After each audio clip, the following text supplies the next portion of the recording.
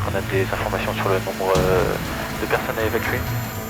Pigo, donc c'est un voilier qui se situe à 130 nautiques au cap 170 des côtes, et donc c'est 3 personnes à secourir sur un voilier. Au moment de la guerre d'Algérie, on a découvert tout l'intérêt de l'hélicoptère dans le combat, dans l'hélitransport avec les commandos marines et les forces à terre. Et donc le Sigorski en Algérie a été un moyen essentiel pour mener le combat dans le Djebel, et notamment la 32F est née en Algérie en 1958 avec le HSS pour permettre l'hélitransport d'assaut.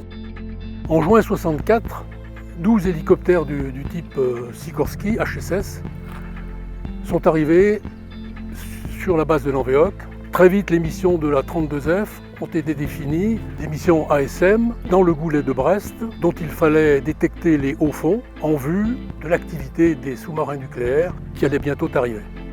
En plus des missions ASM, nous avions des embarquements sur les porte-avions Clémenceau et Foch qui étaient à Brest, puis la campagne Jeanne d'Arc, où là, 4 hélicoptères HSS de ce type partaient 6 mois sur le porte-hélicoptère.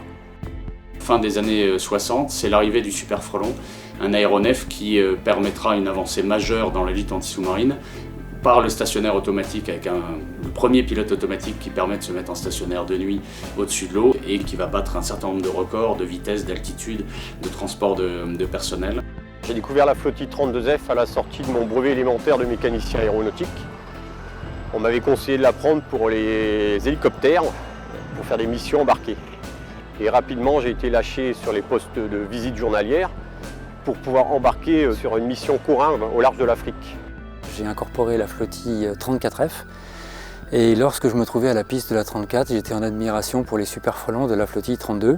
C'était une machine pour laquelle j'avais énormément d'admiration. J'ai choisi la 22S pour travailler sur hélicoptère.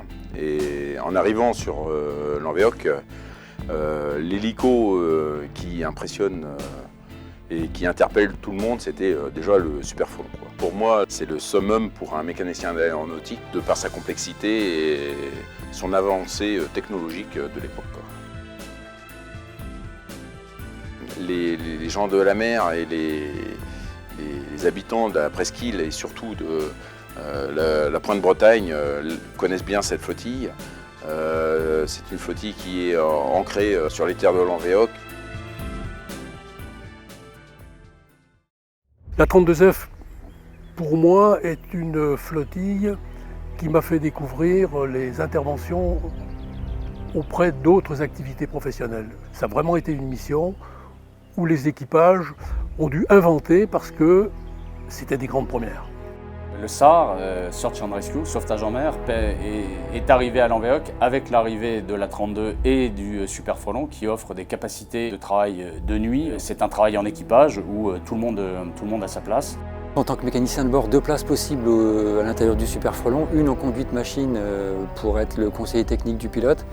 Le deuxième en tant que chef cargo et treuilliste, lors de phases de treuillage où le pilote n'a pas forcément le visuel sur le bâtiment, on est à ce moment-là les yeux du pilote et on doit amener le plongeur au mieux pour pouvoir réaliser le sauvetage.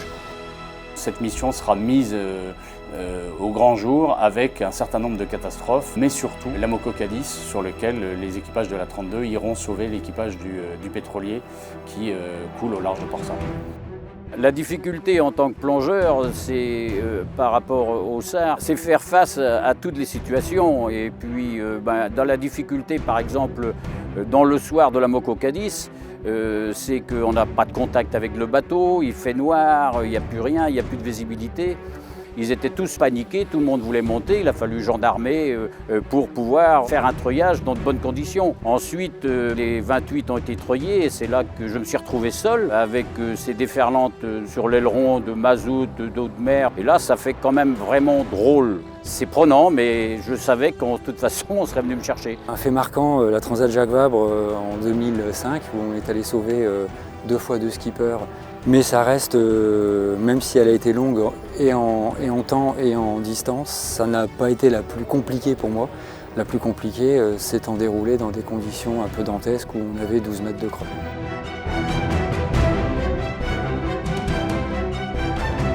Quand les pilotes reviennent et racontent leur mission, avec un sauvetage de vie, on est pleinement satisfait.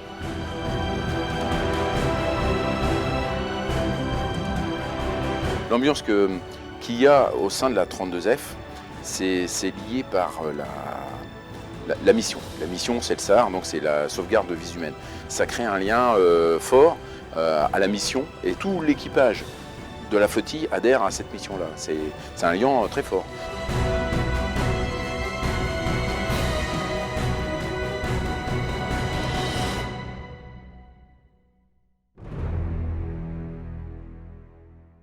Tout le monde était quand même impatient de voir l'hélicoptère arriver pour m'évacuer parce que les gars se doutaient que si l'hélico n'aurait pas été là, de toute façon, c'était quasiment l'échec. Je serais décédé, ça c'est sûr. J'ai été victime de 3 accidents à bord de bateaux de pêche qui ont nécessité des élitreuillages. Pour moi, c'est des Saint-Bernard, c'est des gars qui viennent sauver la peau des gars en mer.